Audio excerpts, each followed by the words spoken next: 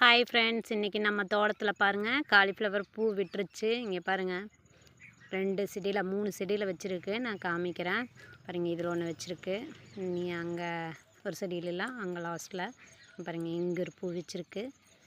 பூ நல்லா இருக்குது. எந்த புழுவும் இல்லை. நல்லா நீட்டாக இருக்குது. புழு விழுகாதுக்கு முன்னாடி நம்ம பொறிச்சிக்கலாம். புல்லு நிறைய இருக்குது. புழு வச்சிரும் சீக்கிரம். அதனால் நம்ம பிடிங்கிடலாம், பறிச்சிடலாம். இன்னும் ஒரு வாரம் விட்டு அப்புறமா எடுத்தோம் பூ பறிச்சிட்டோம்னா நல்லாயிருக்கு. இந்த பூவை புழுவே வைக்காது. இன்னொரு செடியில் பூ வச்சுருக்கு பார்க்கலாம். இதில் பூ வைக்கல, இதில் பூ விடல. இன்னொரு செடியில் பூ வச்சுருக்கு பாருங்கள். இப்போ தான் குட்டியாக வந்திருக்குது. இந்த குட்டியாக இருக்குது. பிடிச்சிருந்தால் லைக் பண்ணுங்கள், சப்ஸ்கிரைப் பண்ணுங்கள், கமெண்ட் பண்ணுங்கள், ஷேர் பண்ணுங்கள். தேங்க்யூ.